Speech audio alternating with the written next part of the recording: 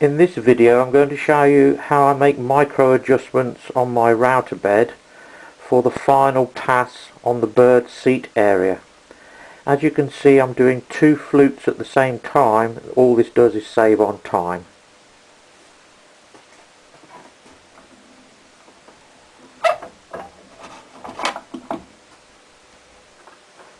Half a turn on this adjuster here will give me about 3/4 of a millimetre, which is just enough for the final pass.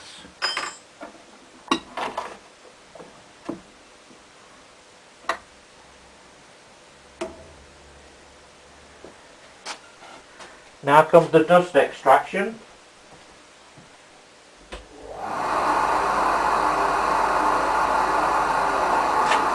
Dust mask, ear defenders.